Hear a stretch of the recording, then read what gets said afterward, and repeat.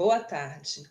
Meu nome é Raquel Bertolani, eu sou médica dermatologista da Secretaria de Estado de Saúde do Espírito Santo. Também atuo como professora de dermatologia na Faculdade de Medicina Multivix. Fiz meu mestrado e agora estou realizando meu doutorado no Núcleo de Doenças Infecciosas da UFES. Essa aula que eu trago para vocês, o assunto faz parte da minha tese de doutorado, onde eu sou orientada pela professora Patrícia Depes, e é quem eu agradeço o convite para estar dando essa aula para vocês. Bom, o nosso assunto é a avaliação clínica e radiológica da síndrome rinomaxilar na hanseníase. Bom, as alterações ósseas na hanseníase, elas são decorrentes da invasão óssea direta pelo Mycobacterium leprae, mas também do comprometimento dos nervos periféricos, que leva à denervação, à perda da propriocepção e à osteoartropatia neuropática. Bom, as alterações ósseas levam a alterações na face, nas mãos e nos pés dos pacientes, gerando com isso incapacidade a longo prazo, contribuem para a estigmatização dos pacientes portadores de hanseníase e também geram complicações secundárias e um grande impacto na qualidade de vida, especialmente dos pacientes idosos. Aqui nós vemos fotos de alguns pacientes do nosso estudo com alterações faciais e alterações ósseas também de extremidades. Bom, o comprometimento nasal na hanseníase. Nós sabemos que as vias aéreas superiores, especialmente o nariz, são a principal rota de entrada e de eliminação do bacilo da hanseníase. Os pacientes com hanseníase virchoviana, estima-se que em torno de 95% deles terão um envolvimento nasal precoce. E entre as manifestações nasais se encontra a rinite congestiva, a rinite atrófica, também reabsorção das cartilagens do septo nasal e dos cornetos nasais, além de perfuração septal, perfuração do septo nasal. Bom, o termo faces leprosa já não é mais usado no nosso país, por ser um termo pejorativo, nós o substituímos por face rancênica, mas esse termo ainda é utilizado em outros países, o termo faces leprosa. Bom, a face rancênica, ela se caracteriza por uma infiltração cutânea importante causada pelo bacilo, pelo Mycobacterium leprae, produzindo dobras na pele do rosto, como nós podemos observar nesse paciente, além de madarose, a perda das sobrancelhas, as orelhas, são ditas com aspecto de Buda, de megalóbulos, com aparência de mordida de rato. Além disso, alguns desses pacientes podem apresentar lagoftalmo e o nariz em cela, com aspecto de afundado, como se estivesse retraído no rosto. Bom, a paleopatologia é uma ciência que estuda o passado das doenças através do exame e da interpretação de restos biológicos, como os esqueletos humanos.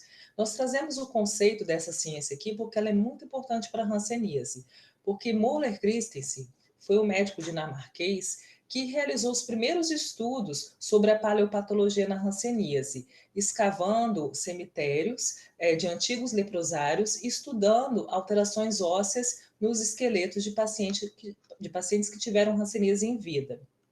E ele fez uma descoberta muito importante, que foi um conjunto de alterações do esqueleto facial, ao qual ele designou faces leprosa e publicou seus estudos em 1961. Aqui nós observamos nessa figura, o Müller Christensen, ele levou no 6º Congresso Internacional de Hanseníase, que foi realizado em Madrid em 1953, 10 esqueletos no seu carro e surpreendeu os médicos clínicos presentes no congresso, demonstrando essas alterações ósseas nos crânios e nas extremidades de pacientes, de esqueletos de pacientes que em vida tiveram hanseníase. Bom, em 1992, Anderson e Manchester propuseram uma substituição do termo faces leprosa para síndrome rinomaxilar, para caracterizar essas alterações ósseas, porque se tratavam de alterações ósseas e não, nos esqueletos, e não de alterações de tecido mole. Com isso, eles descreveram uma série de alterações nos ossos com um nível de detalhamento maior.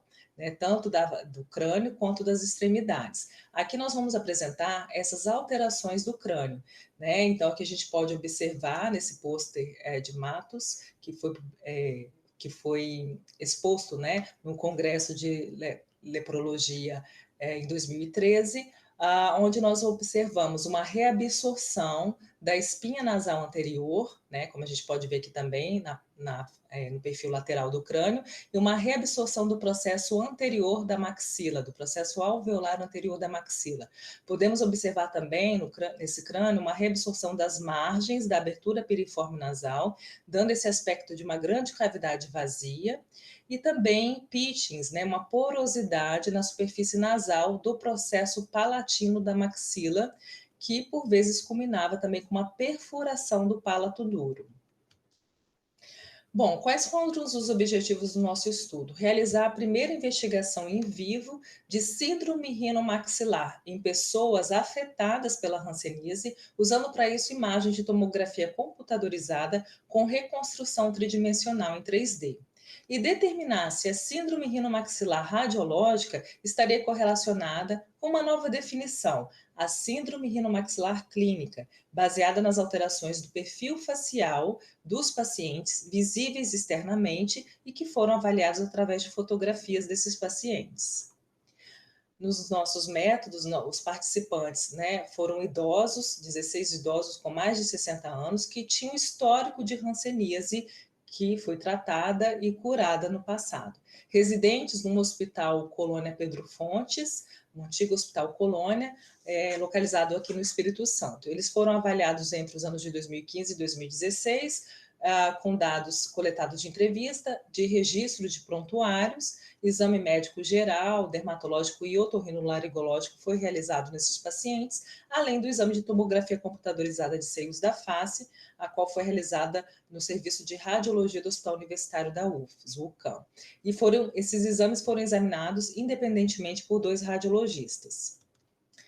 Bom, aqui nós trazemos novamente o conceito da síndrome rinomaxilar na paleopatologia, que é baseado em 7 alterações ósseas, né? A reabsorção da espinha nasal anterior, uma reabsorção dos processos alveolares da maxila. Com relação à avaliação do crânio, é possível avaliar a superfície nasal do processo palatino e a superfície oral desse processo palatino da maxila. Mas no exame de tomografia, nós não conseguimos fazer dessa forma, né? Então foi preciso combinar esses 2 critérios para que esse critério pudesse ser avaliado pela tomografia computadorizada. Pela tomografia, nós também avaliamos o septo e os cornetos nasais, e usufruímos, né, desses critérios para fazer a avaliação pelo exame de tomografia. Então, o critério 6, que é a abertura piriforme nasal, foi também associado à reabsorção dos ossos nasais, porque os ossos nasais fazem parte da abertura piriforme. E também faz parte dos critérios da síndrome rinomaxilar as margens alveolares posteriores da maxila. Portanto, esses critérios da síndrome rinomaxilar paleopatológica se tornaram os nossos critérios da síndrome rinomaxilar radiológica avaliado pelo exame de tomografia. A classificação desses pacientes foi baseada subjetivamente na avaliação do número e da gravidade dessas alterações ósseas por 2 pesquisadores, 2 radiologistas. Quando os critérios para síndrome rinomaxilar foram totalmente atendidos, o paciente foi considerado como portador de síndrome rinomaxilar completa. Para isso, era necessário que ele apresentasse uma reabsorção severa da espinha nasal anterior, uma perda também da nitidez da abertura piriforme de uma forma severa. Também era necessário uma reabsorção dos ossos nasais, ter um desses critérios ou a reabsorção dos ossos nasais, e mais pelo menos um outro critério classificado como severo e outro classificado como leve a moderado. Se o paciente apresentasse alterações ósseas no exame de tomografia, mas não preenchesse todos esses critérios aqui, ele era considerado como portador de uma síndrome rinomaxilar radiológica parcial, porque os critérios foram parcialmente atendidos. Aqui nós vemos a graduação dessas alterações ósseas faciais vistas no exame de imagem de tomografia computadorizada, elas foram classificadas desde ausente, como alterações leves a moderadas, a severas. Então, por exemplo, aqui, a reabsorção do osso nasal, aqui o paciente não apresentou, aqui era uma alteração de um porte leve a moderado, e aqui já uma reabsorção muito severa. A espinha nasal anterior também, a gente classificou os pacientes como não apresentando, até aqueles que tinham uma alteração leve a moderada e os que tinham uma reabsorção severa da espinha nasal anterior. E com relação ao septo nasal, pacientes que não apresentavam perfuração, aqueles que tinham a perfuração leve a moderada e os que apresentavam perfuração severa. Com relação à síndrome rinomaxilar clínica, né, como a gente comentou, os perfis faciais dos pacientes foram medidos e avaliados por 2 médicos através de fotografias da face desses pacientes e também se utilizou um software de imagem que permitiu medidas cefalométricas desses pacientes. Bom, essa síndrome rinomaxilar clínica foi definida com base no seguinte conjunto de alterações faciais: a presença do nariz em cela, né, que é caracterizado por uma perda da altura dorsal do nasal e também um comprimento do nariz encurtado devido a um colapso cartilaginoso e ou ósseo, o nariz com aspecto afundado, retraído e o terço médio côncavo da face, que nós atribuímos essa característica devido ao alargamento e à perda da forma piriforme da abertura nasal, permitindo esse aspecto afundado do nariz, a projeção maxilar reduzida, que significa uma retrognatia do maxilar, isso pode ser calculado através de um ângulo que mede o ponto mais côncavo da maxila, né, tem um ponto nasal e também um ponto na cela túrcica, né, que fica na fossa pituitária, que é uma medida do crânio. Isso foi possível com esse software de medidas cefalométricas. E nós observamos também nesses pacientes o lábio superior invertido, provavelmente devido a uma redução da altura do maxilar. Bom, a síndrome rinomaxilar clínica foi classificada de acordo com essas alterações do nariz e da maxila e foram graduadas, né? Desde pacientes que não tinham alteração, aqueles que tinham leve, a moderada, a grave, e também nós utilizamos pontuações como 0 para aqueles que não tinham alteração e a presença da alteração visualizada na imagem do paciente.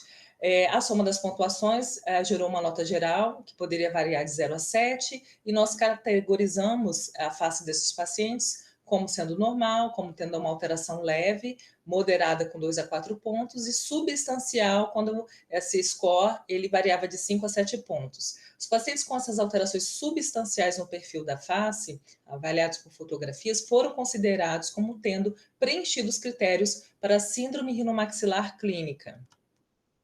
Bom, resultado, né? Nós avaliamos 16 pacientes, 10 mulheres e 6 pacientes homens. A média de idade foi de 70 anos, variando de 60 a 89 anos. A média da idade ao diagnóstico, quando o paciente recebeu o diagnóstico de hanseníase, foi 20 anos de idade, variando de 6 a 43.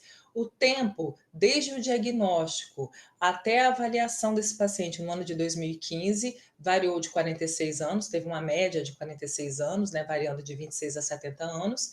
Desses 16 pacientes, 13 apresentavam hanseníase histórico, né, no passado de hanseníase virchoviana, 2 histórico de hanseníase de morro e 1 tinha apresentado hanseníase tuberculoide.